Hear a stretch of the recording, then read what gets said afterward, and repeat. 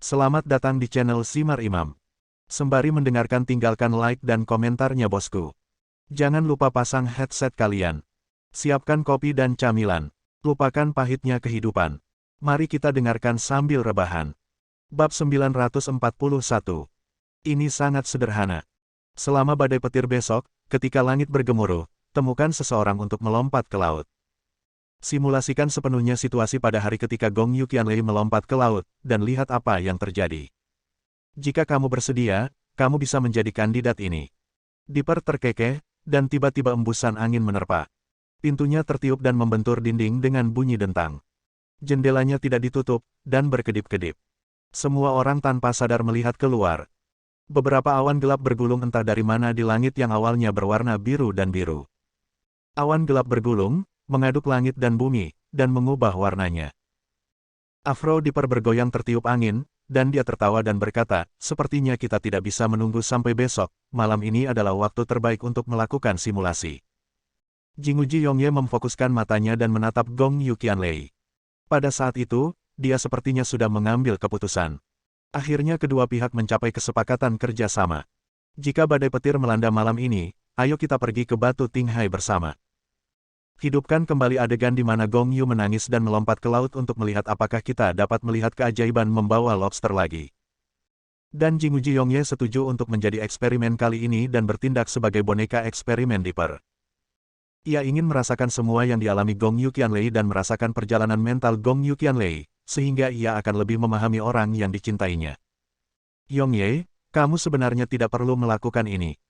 Ada kilat dan guntur di bawah hujan lebat, dan air di bawah bebatuan laut sangat gelap sehingga seolah-olah ada hubungannya dengan neraka. Sampai hari ini, aku masih takut situasi hari itu.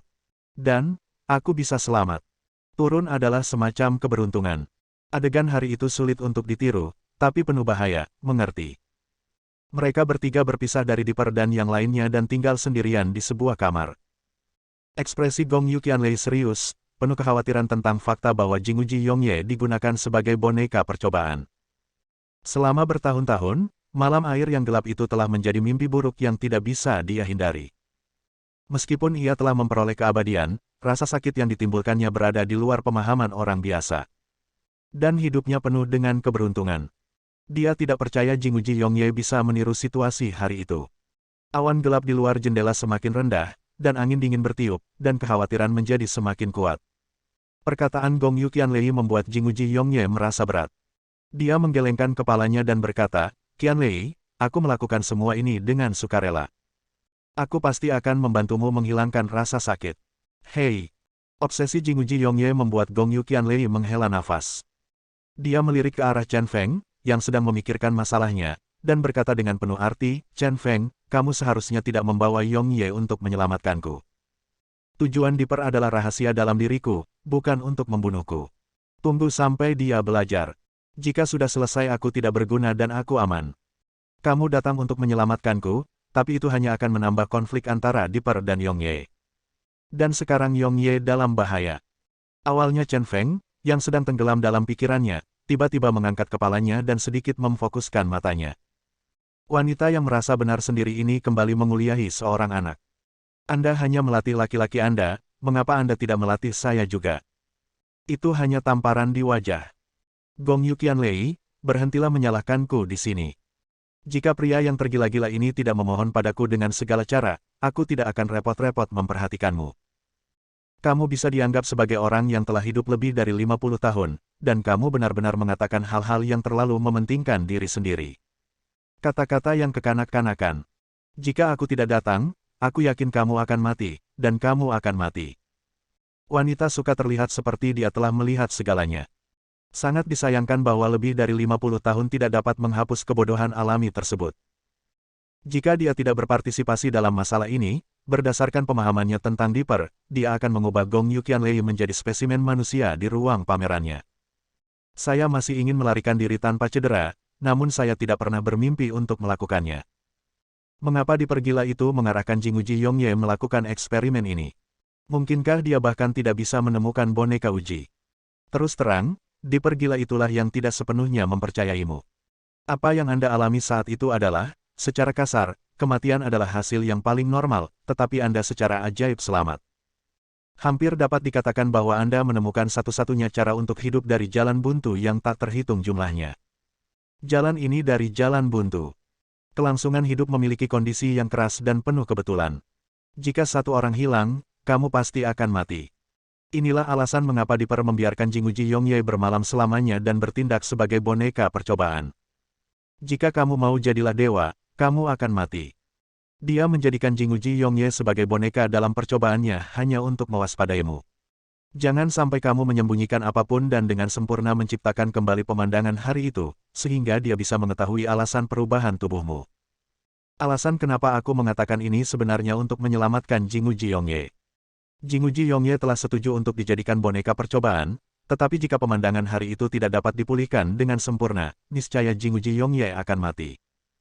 Setelah mengetahui hubungan yang kuat ini, Gong Yu Qianlei tidak akan pernah menyembunyikan apapun. Tentu saja dia sebenarnya sangat marah. Karena dia terpaksa bertindak sebagai utusan Dipper. Gong Yu Qianlei tiba-tiba mengerutkan kening, tetapi tetap mempertahankan postur yang anggun. Dalam hatinya, dia sedikit panik. Chen Feng membangunkannya, dan nyawa Jinguji Yongye ada di tangannya. Ada sedikit keheranan di wajah Jinguji Yongye, tapi dia berkata dengan bingung, orang gila. Menurutku jika aku jatuh ke laut, aku pasti akan mati. Premis dari kata-kata Chen Feng adalah dia melompat ke laut, akan mati. Namun, keterampilan airnya cukup bagus.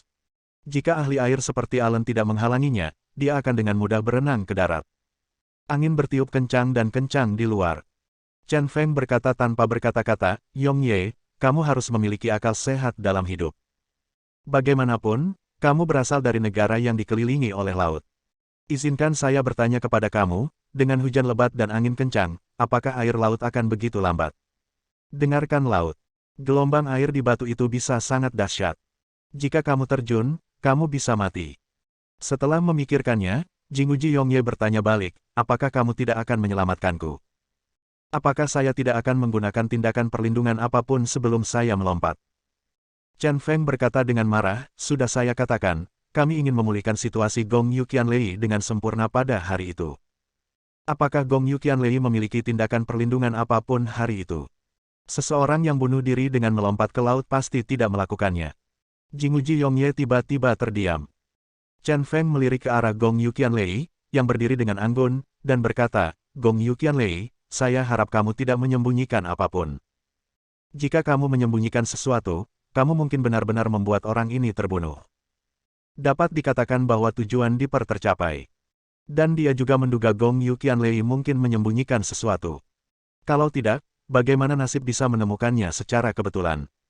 Gong Yu Qianlei terdiam lama, dan akhirnya berkata, ya, saya menyembunyikan satu detail yang awalnya tidak ingin saya sebutkan. Bab 942. Chen Feng tidak bisa menahan cibiran, Dipper, orang gila, menebaknya dengan benar lagi. Gong Yu Qianlei ini sebenarnya bukanlah lampu hemat bahan bakar. Ketika semuanya sampai pada titik ini, mereka sebenarnya masih punya andil. Hanya saja dia bukan tandingan Dipper, jika dia ingin menipu pria itu, dia bisa hidup 500 tahun lagi. Qianlei, apa yang terjadi? Bahkan Jinguji Yongye memandang Gong Yu Qianlei dengan heran.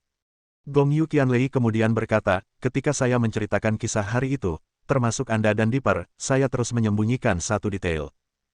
Detail ini mungkin menjadi kunci keabadian saya. Keingintahuan Chen Feng, dia berdiri dan menajamkan telinganya. Adapun Jinguji Yongye, dia pasti sedikit kecewa, Gong Yu Qianlei sebenarnya menyembunyikannya bahkan dari dia. Ini merupakan pukulan baginya. Yongye, jangan terlalu banyak berpikir. Alasan kenapa aku menyembunyikan detail itu sebenarnya karena kamu.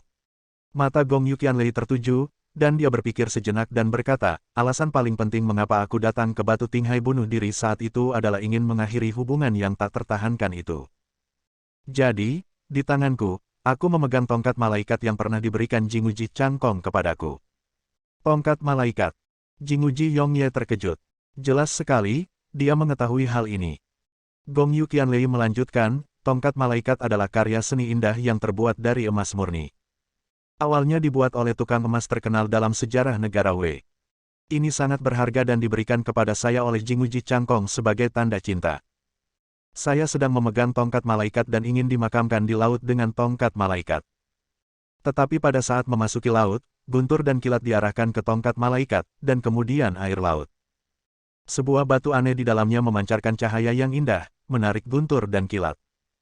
Hanya dalam 1 atau 2 detik, tongkat malaikat, aku dan batu itu terhubung bersama. Pada saat itu, aku merasakan sangat kesakitan hingga aku pingsan. Ketika aku bangun lagi, aku sudah digendong oleh sekelompok lobster dan membawaku ke pantai. Karena kejadian ini, Jinguji Changkong terlibat. Untuk Yongye, aku memilih untuk sembunyikan. Jinguji Yongye tiba-tiba terdiam, dan kemudian dia menyadari bahwa Gong Yu Qianlei menyembunyikan masalah itu karena dia peduli dengan suasana hatinya. Bagaimanapun, ini melibatkan cinta segitiga yang tidak etis. Oke, saya mengerti. Jika ini alasannya, saya tidak menyalahkan Anda. Chen Feng melambaikan tangannya, bertindak sangat santai. Gong Yu Qianlei mungkin tidak berbohong, dan alasan mengapa dia menyembunyikan perkataannya dapat dimengerti. Bagaimanapun, Jinguji Changkong terlibat, jadi akan sedikit memalukan untuk membicarakannya. Namun, bukan itu yang dia pedulikan. Yang dia pedulikan adalah pemandangan indah yang dibicarakan Gong Yu Qianlei. Sejujurnya, suatu kebetulan. Karena Gong Yu Qianlei memegang tongkat malaikat sialan di tangannya, yang sebenarnya berfungsi sebagai pengalih perhatian untuk menimbulkan guntur dan kilat. Secara logika, Gong Yu Qianlei seharusnya mati tersengat listrik. Namun akibatnya, tidak hanya tidak tersengat listrik, namun terjadilah pemandangan magis. Arus listrik kuat yang ditimbulkan oleh tongkat malaikat sepertinya menimbulkan reaksi dari batu dewa tersebut, menyebabkan ketiga orang tersebut terhubung oleh arus listrik hanya dalam 1 atau 2 detik. Alhasil, Gong Yu Qianlei tidak mati, melainkan memperoleh keajaiban keabadian.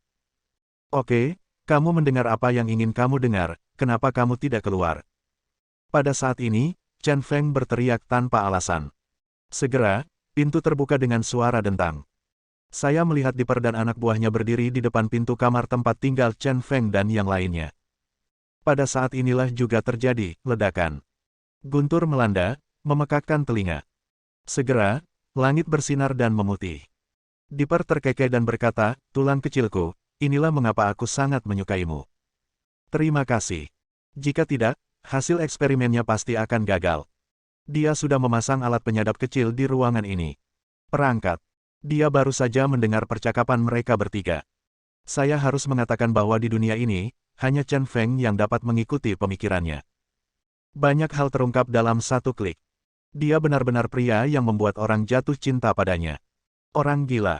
Pemahaman Chen Feng membuat Jinguji Yongye benar-benar mempercayai Chen Feng. Namun, kali ini dia tidak mengerti. Jelas, Chen Feng tahu bahwa pihak lain sedang menguping. Dalam hal ini, mengapa tidak menghentikannya dan malah memimpin Gong Yu Qianlei untuk mengungkap rahasia tongkat malaikat? Chen Feng menghela nafas, berhentilah memikirkannya. Jika saya tidak mengklarifikasi masalah ini, Anda akan langsung mati ketika Anda melompat ke laut. Tetapi sekarang tampaknya masalahnya lebih rumit dari yang saya kira. Jika Anda masih bersikeras menjadi boneka percobaan, aku khawatir kamu tidak akan tenggelam, tapi tersengat listrik. Beri aku penjelasan yang jelas, apakah kamu ingin terus menjadi boneka percobaan? Selama kamu mengatakan tidak, kita bertiga akan bertarung dengan mereka. Jika kamu bersedia, anggap saja aku tidak mengatakannya. Informasi yang disembunyikan oleh Gong Yu Qianlei sedikit mematikan. Jika dia memberitahunya lebih awal, dia pasti akan menghentikan Jinguji Yongye untuk setuju menjadi boneka percobaan. Bagaimanapun, di bawah badai besar, keamanan Jinguji Yongye masih bisa dilindungi secara artifisial. Misalnya, ikatkan tali pada tubuh Anda. Namun, jika petir masuk ke dalam tubuh, hal ini akan sulit dilakukan. Penyimpangan sekecil apapun pasti akan mengakibatkan sengatan listrik. Gong Yu Qianlei berkata, "Ayo bertarung. Jika kita bertarung, kita masih bisa melarikan diri." Dia tampak serius dan sedikit mengeluh di dalam hatinya. Saya selalu merasa kali ini, Feng Chen tidak membantu. Setelah sedikit keributan, Jinguji Yongye sangat lugas, "Orang gila, seberapa yakin kamu?" Sebelum Crazy Chen bisa berkata apa-apa, Dipper terkekeh dan berkata, "Aku tidak yakin, kamu tahu orang di belakangku adalah siapa." Sejujurnya, dia adalah dewa jahat Hermes, yang dikenal sebagai pemandu dunia bawah. Boom, kilat dan guntur. Cahaya merah putih menyinari sepenuhnya pria berbaju hitam di belakang Dipper. Pada saat itu, bahkan Chen Feng pun panik setelah melihat wajah pria itu. Itu adalah wajah yang sangat jahat, dengan energi gelap melonjak di atasnya. Dan energi gelap yang melonjak membuat seluruh wajahnya menjadi buram. Namun sesaat, wajahnya tampak berubah menjadi tengkorak. Ia memancarkan aura kematian yang suram, yang begitu jahat sehingga orang tidak berani melihatnya secara langsung. Dan pria itu baru saja mengangkat kepalanya, seperti utusan dari neraka, membuka pintu kematian. Salah satu dari 8 Dewa Malam Agung muncul di dunia ini. Baru kemudian Chen Feng mengerti, tak heran terakhir kali dia melihat orang ini, dia selalu merasa auranya lebih menakutkan daripada Dewa Tinju Taishon.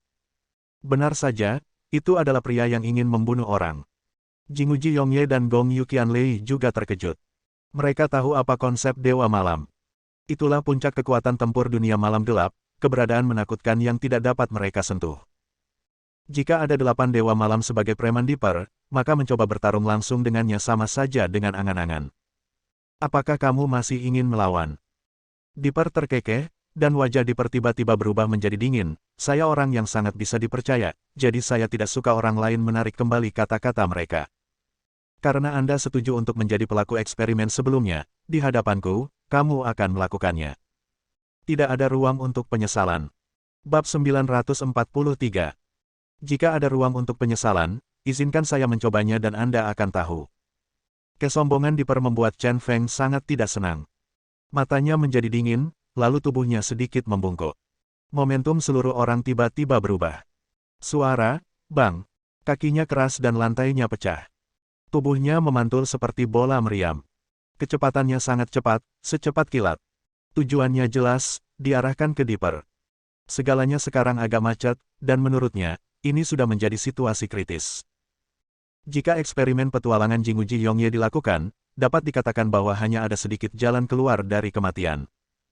Guntur dan kilat jauh lebih menakutkan daripada gelombang air laut di bawah badai yang dahsyat.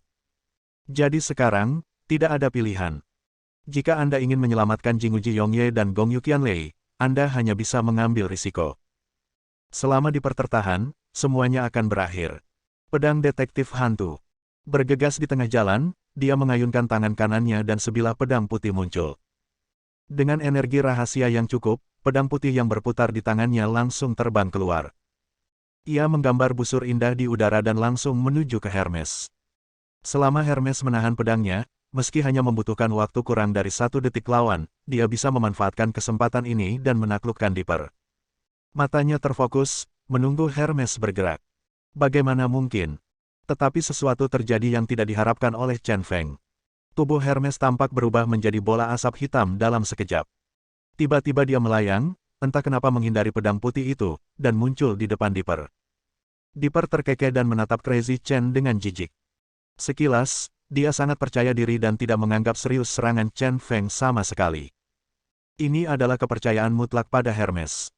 Penghinaan Dipper membuat marah Chen Feng. Matanya menjadi dingin, dan dia tiba-tiba berlari ke depan dengan tangan kanannya seperti Raja Neraka mengacungkan tombak. Energi gelap terakumulasi, dan perlindungan Qi mengembun. Jari telunjuk kanan Chen Feng seperti peluru, mengembunkan perisai udara yang mengarah ke belakang. Ujung pelindung udara sangat tajam dan sepertinya mampu menembus segalanya. Mati! Teriak Chen Feng. Begitu dia mengatakannya, dia melihat Hermes berdiri di sana dengan acuh tak acuh, matanya tiba-tiba menjadi dingin. Dia mengangkat tangan kanannya dan melambai dengan keras. Dengarkan saja suara, bang. Telapak tangannya bergerak ke arah lengan Chen Crazy, langsung menghalangi lengan kanan Chen Crazy. Segera setelah itu, pemandangan luar biasa terjadi. Dapat dimengerti bahwa senjata jari Raja Neraka Chen Feng diblokir, lagi pula, lawannya adalah Dewa Malam. Namun, setelah lengan kanan Chen Feng diblokir, dia merasakan sakit di dadanya tanpa alasan yang jelas, dan tubuhnya terlempar keluar. Musim gugur ini, dia terjatuh ke tanah, sedikit kacau. Kali ini, belum lagi Gong Yuqianlei dan Jinguji Yongye, bahkan Chen Feng sendiri pun tidak tahu bagaimana dia dipukul. Orang gila, kamu baik-baik saja. Setelah ditolong oleh Jinguji Yongye, Chen Feng langsung mendorongnya menjauh. Dia menatap Hermes dengan mata dingin, sangat marah. Sejujurnya, tadi itu sangat memalukan. Setelah bertahun-tahun berkelahi dan membunuh, saya jarang sekali dipermalukan. Sangat memalukan sehingga dia bahkan tidak melihat serangan lawan dengan jelas. Hermes tetap acuh tak acuh, tapi Dipper di belakangnya terkekeh dan berkata, "Bagaimana kabarmu, tulang kecil? Kamu pasti bingung. Kekuatanmu sepertinya telah tertahan sekarang. Ini lebih lemah daripada saat kamu keluar dari Dark Abyss. Kamu terlihat seperti ini, sangat mustahil bagimu untuk menjadi lawan Hermes." Sejujurnya, alasan mengapa Hermes begitu patuh dan setia kepadaku adalah karena dia telah mampu maju hebat. Kamu menjadi dewa jahat semua karena bantuanku. Tulang kecil, kembalilah padaku. Eksperimen padamu saat itu cacat. Aku jamin aku bisa menjadikanmu keberadaan yang lebih menakutkan daripada Hermes, dan identitasmu sebagai agresor, selama dikembangkan dengan baik, kamu tidak akan terkalahkan di dunia. Kembalilah, jangan paksa aku membunuhmu. Mata Dipper sangat tulus dan penuh perhatian. Dia benar-benar ingin membuat Chen Feng dan kembali ke Dark Abyss. Sejujurnya, bahkan menciptakan dewa jahat Hermes tidak memuaskan jiwanya sampai tingkat yang tinggi. Sejak bertemu Chen Feng, ia bermimpi, yaitu memaksimalkan tulang dan kelincahan Chen Feng. Jadikan Chen Feng orang paling berkuasa di dunia. Bagaimana jika aku tidak mau? Chen Feng mencibir. Dalam hidupnya, dia tidak pernah ingin dikendalikan dan dimanipulasi oleh orang lain. Dipper ingin memegang tangannya dan memainkannya, tapi itu sama sekali tidak mungkin. Aku tidak mau. Dipper melotot dengan sangat galak, maka hanya ada satu akibat, kematian. Namun, meskipun kamu mati, aku akan mempelajarimu secara menyeluruh, dan akhirnya, aku akan menjadikanmu sebagai spesimen. Taruh itu di ruang pameran saya. 10 spesimen manusia telah ditempatkan di ruang pamerannya. Setiap orang adalah yang terbaik di antara manusia sebelum dijadikan spesimen. Jika Chen Feng juga dijadikan spesimen, itu pasti akan menjadi harta karun ruang pamerannya. Maka itu tergantung pada apakah kamu memiliki kemampuan ini. Chen Feng menggerakkan lehernya dan mengeluarkan suara klik. Keyakinan muncul kembali di matanya, dan sudut mulutnya sedikit terangkat. Apakah kamu tidak penasaran mengapa kekuatanku tertahan? Aku tidak keberatan, biarkan kamu bertemu denganku lagi. Ngomong-ngomong, setelah bertahun-tahun, apa yang akan kulihat mungkin lebih dari sekedar penampilanku saat itu. Pada saat ini, itu sangatlah sulit. Jika dia ingin melarikan diri dengan Jinguji Yongye dan Gong Yu Qianlei utuh, dia hanya bisa melepaskan semua jarum penyegel tulang dan melepaskan semua kekuatannya. Hanya dengan usaha yang sungguh-sungguh keadaan dapat dibalik. Jika tidak, Jinguji Eye akan berada dalam bahaya. Bagus, biarkan aku melihatnya. Dipper terkekeh. Tidak ada rasa takut sama sekali, hanya kegembiraan di matanya. Tapi Hermes masih berdiri di sana dengan acuh tak acuh, menutup telinga terhadap kata-kata Chen Feng. Oke, buka matamu lebar-lebar dan lihat aku baik-baik. Chen Feng sudah memutuskan untuk bertarung sampai mati. Tapi saat dia hendak mengaktifkan darahnya untuk membuka segel tulangnya, Jinguji Yongye tiba-tiba berdiri di depannya. Jinguji Yongye berdiri tegak dan berkata dengan sangat tenang, "Orang gila, beri aku kesempatan untuk melindungimu kali ini. Aku bersedia memenuhi janjiku dan melakukan eksperimen ini. Aku tahu kamu juga mengkhawatirkan keselamatanku. Tapi, ini adalah pilihan sukarelaku. Aku ingin mengalami apa yang dialami Qianlei, aku ingin merasakan apa yang dirasakan Qianlei, yang terbaik bagiku adalah menjadi seperti Qianlei. Jadi, aku ingin menggunakan tubuhku, mereproduksi semuanya yang dialami Qianlei hari itu. Tolong bantu saya." Mata Chen Feng terfokus dan dia benar-benar diam. Kata-kata Jinguji Yongye membuatnya tidak bisa membantah. Gong Yu di sampingnya menangis dan sangat tersentuh. Namun dia juga merasakan sakit di hatinya. Dia tahu bahwa dia tidak bisa menghentikan Jinguji Yongye, jadi dia hanya bisa berdoa dalam hati. Jinguji Yongye berkata kepada Dipper lagi, "Tuan Dipper, saya bersedia memenuhi janji saya. Hanya ada satu permintaan, yaitu, tidak peduli apakah saya berhasil atau tidak, tolong jangan mempermalukan Chen Feng dan Gong Yu Qianlei. Mereka yang satu adalah kakak laki-laki terbaikku, dan yang satu lagi adalah wanita kesayanganku." Bab 944. Petir dan guntur, angin dan hujan. Langit gelap dan awan gelap bergulung. Dengarkan derasnya air laut di bawah bebatuan laut. Ombak yang menjulang tinggi menghantam bebatuan dengan keras, dan hampir setiap kali menerjang, Anda akan mendengar bebatuan laut hanyut. Berdiri di ketinggian Pulau Pipa, menghadap ke laut sekitarnya. Laut saat ini adalah neraka tak berujung yang membuat manusia ketakutan. Air gelap melonjak mengejar satu sama lain, seolah mengubur segalanya. Persimpangan antara langit dan bumi membuat orang semakin tertekan karena rendahnya awan hitam. Hujan deras dan berderak. Angin kencang dan semuanya bergoyang. Meskipun Chen Feng dan yang lainnya mengenakan jas hujan, pipi mereka masih basah oleh air hujan, dan mereka hampir tidak bisa membuka mata. Yongye, apakah kamu benar-benar memikirkannya? Dengan lompatan ini, kita bisa mengucapkan selamat tinggal selamanya. Chen Feng membenarkan untuk terakhir kalinya. Baru saja, Jinguji Yongye dengan keras kepala memilih untuk menyelesaikan eksperimennya. Dia juga tidak punya pilihan selain berkompromi. Namun sejujurnya, dia sangat pesimis dengan eksperimen selanjutnya. Jika Jinguji Yongye menyesal sekarang, dia tetap rela bertarung sampai mati. Setidaknya masih ada peluang 20-30%. Jinguji Yongye menggelengkan kepalanya dengan ringan, bahkan hujan pun tidak bisa menghilangkan temperamen menawannya. Gila, aku tidak pandai berbohong. Alasan mengapa aku setuju untuk menyelesaikan eksperimen ini bukan karena aku khawatir kamu tidak akan mampu mengalahkan dewa jahat. Alasan yang paling penting adalah karena aku ingin mengalami pengalaman Qianlei. Dengan kata lain, itu adalah untuk mendapatkan kelegaan dari Qianlei. Sebuah cara untuk membuat air mata menyakitkan.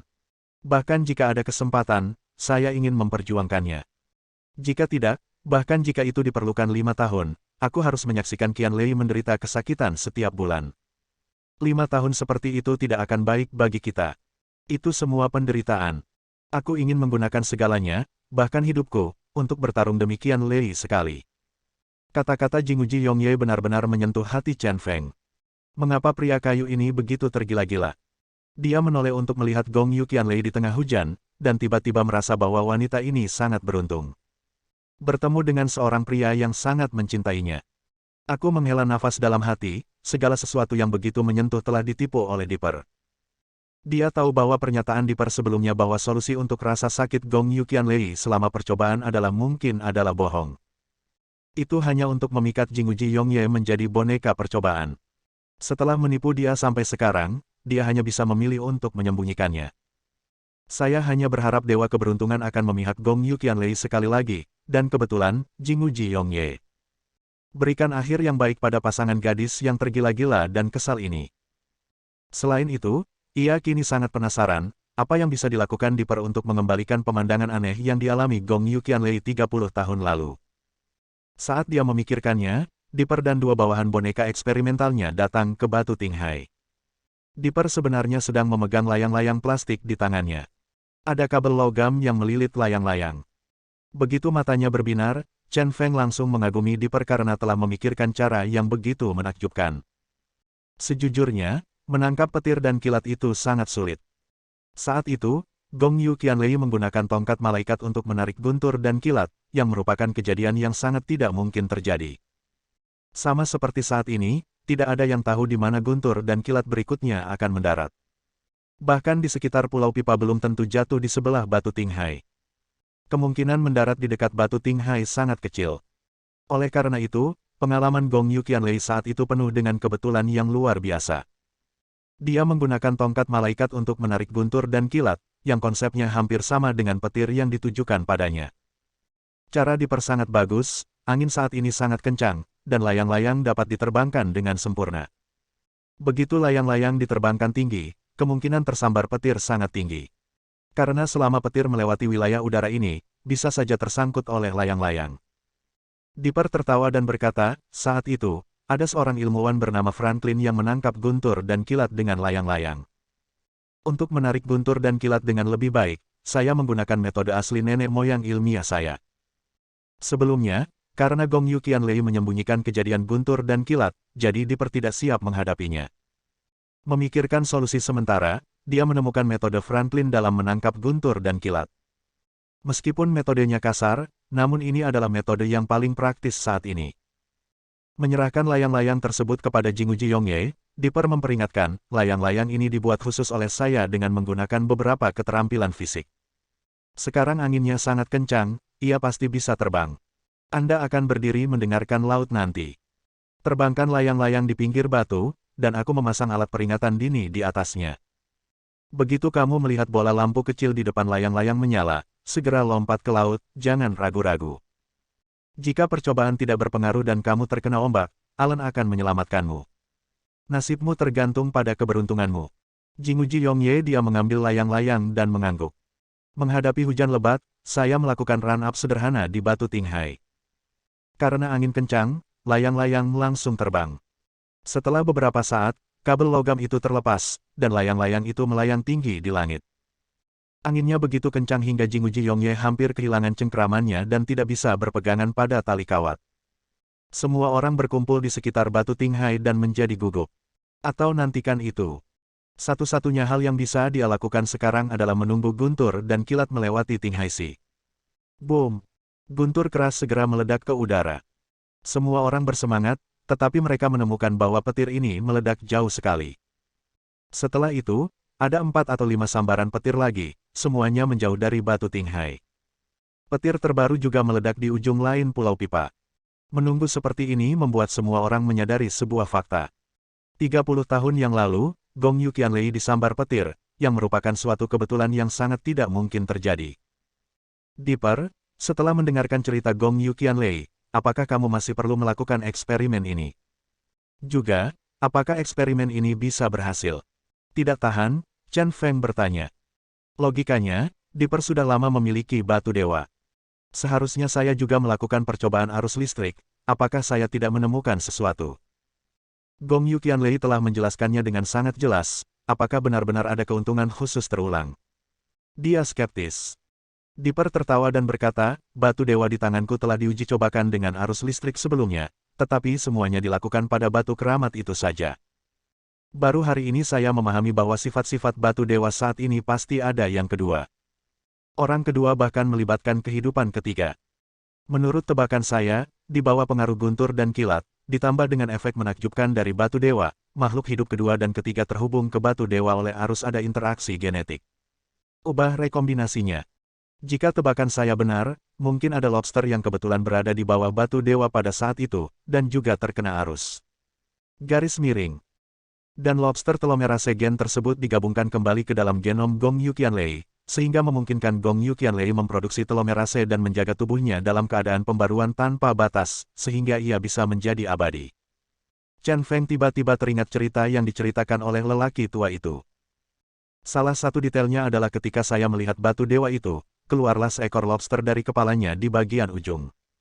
Apakah memang ada hal ajaib seperti itu?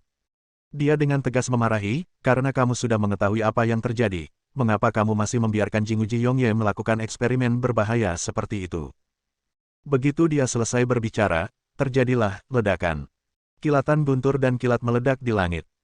Dipper terkekeh, dengan ekspresi kegembiraan di wajahnya, lihat, lampu sinyal di layang-layang menyala, dan petir turun.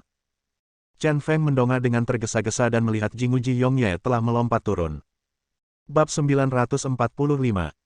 Ketika Jinguji Yongye melihat lampu sinyal layang-layang menyala, dia melompat ke laut tanpa ragu-ragu.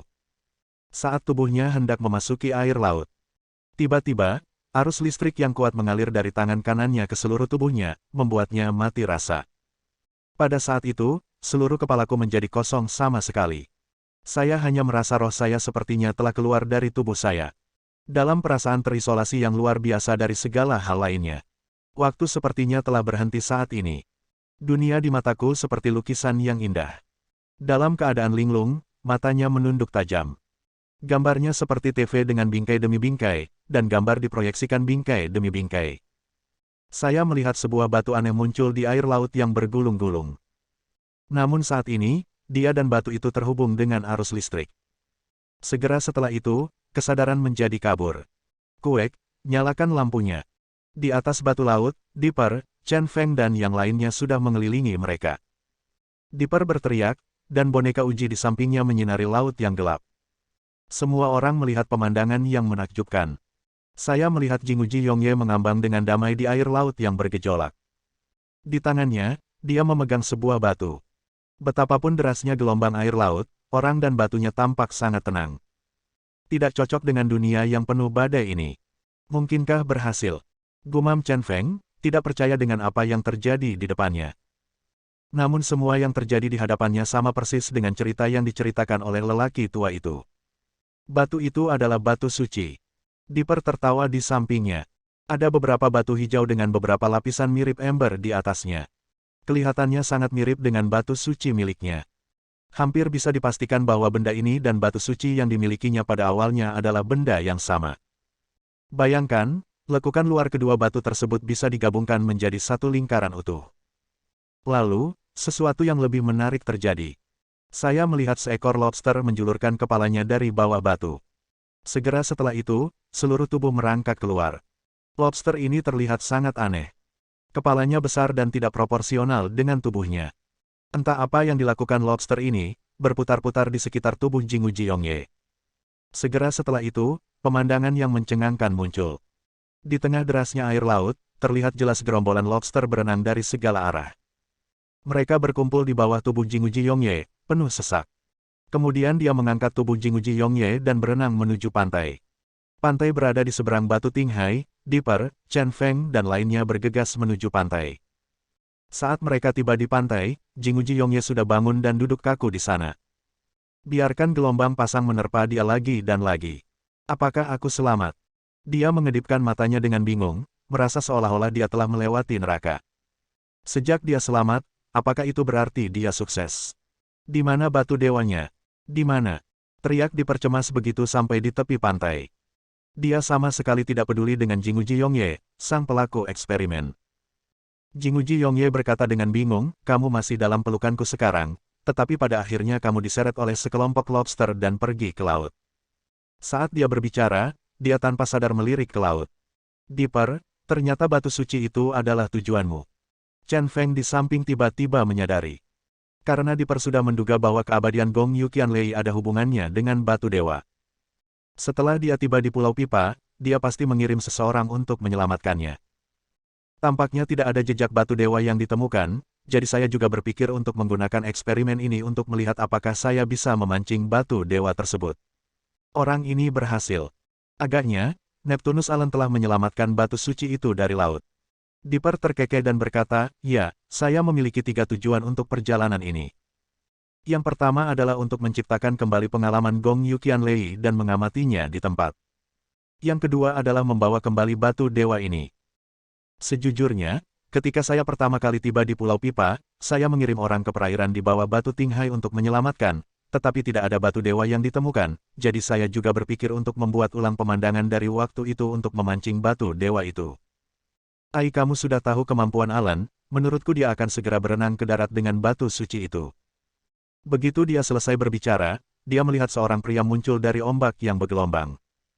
Orang itu adalah Alan yang acuh tak acuh, memegang batu di pelukannya. Kuek, Alan berhasil. Dipper sangat senang, akhirnya mendapatkan batu dewa yang lengkap. Tidak sia-sia dia datang langsung ke Pulau Pipa kali ini. Setelah beberapa saat, Alan mendatangi semua orang. Dia memeluk batu suci itu dan berkata, untungnya, saya cukup cepat sekarang, jika tidak, batu ini akan dibawa ke laut dalam oleh sekelompok lobster. Baru saja, dia mengikuti Jingu Jiyongye ke pantai. Saat kelompok lobster menyeret batu suci itu ke laut, dia mencegatnya. Ini adalah pertama kalinya Chen Feng mengamati batu dewa itu dari dekat. Sebuah batu berwarna hijau muda bertatahkan beberapa batu mata bulat. Memberi orang rasa kagum yang misterius. Tuan Guru, ada hal yang lebih menarik di bawah sana, kata Alan sambil membalikkan batu suci itu. Saya melihat sebuah lubang di bawah batu suci. Terlihat jelas lobster berkepala besar tadi sedang bersembunyi di dalam lubang. Lobster itu sangat spiritual dan sepertinya memiliki rasa takut yang kuat. Ketakutan semacam itu bukanlah naluri fisik, melainkan ketakutan rohani. Sama seperti manusia. Itu dia. Dipper terkekeh, alasan mengapa manusia dan lobster dipilih sebagai subjek uji dua reaksi petir dari batu suci, dan manusia serta makhluk laut lainnya tidak dipilih, adalah karena lobster ini mengubah petir batu suci tersebut. Reaksi ke dalam tubuh manusia. Perlakukan gua sebagai rumah dan tinggal di dalamnya. Dengan cara ini, berada paling dekat dengan batu suci menjadi satu-satunya pilihan. Dia berjongkok dan dengan cermat mengamati lobster berkepala besar. Kemudian dia tersenyum dan berkata, Alan, singkirkan batu suci dan lobster itu. Itu akan sangat berguna saat kamu kembali. Kunjungan ke Pulau Pipa ini bisa dikatakan panen penuh. 2 tujuan pertama tercapai. Dan setelah mendapatkan batu suci ini, mungkin Anda benar-benar bisa menemukan sesuatu yang akan menumbangkan dunia. Chen Feng dan Gong Yu Qianlei bersama-sama mendukung Jingu Jiyongye. Saat ini, Jingu Jiyongye masih sedikit linglung. Chen Feng menyipitkan matanya dan bertanya, Dipper, apa sebenarnya batu dewa itu, dan mengapa hal itu menyebabkan gen dari dua organisme bergabung kembali dalam kondisi kilat? Apakah Anda sudah meneliti sesuatu sebelumnya? Saya selalu merasa bahwa kali ini di Perdatang ke Pulau Pipa, proses percobaannya pun tidak asal-asalan. Ada rasa kebebasan. Apalagi dia merasa Dipper ini sudah mempelajari beberapa ciri-ciri batu dewa. Namun batu keramat itu masih menjadi misteri di hatinya. Misalnya, bagaimana rumput nyanyian dewa di tubuhnya dapat membantunya pulih. Dipper terkekeh dan berkata, "Tulang kecil, kamu menggunakan trik biasa lagi, mencoba menipuku." Ngomong-ngomong, aku baru saja menyebutkan 3 tujuanku, dan ada satu lagi. Ingin mendapatkanmu. Kembalilah ke Dark Abyss bersamaku. Ketika kamu sampai di Dark Abyss, aku akan memberitahumu jawaban atas apapun yang ingin kamu tanyakan. Ada juga hal-hal yang sangat menarik minatmu. Bersambung. Nantikan bab selanjutnya bosku.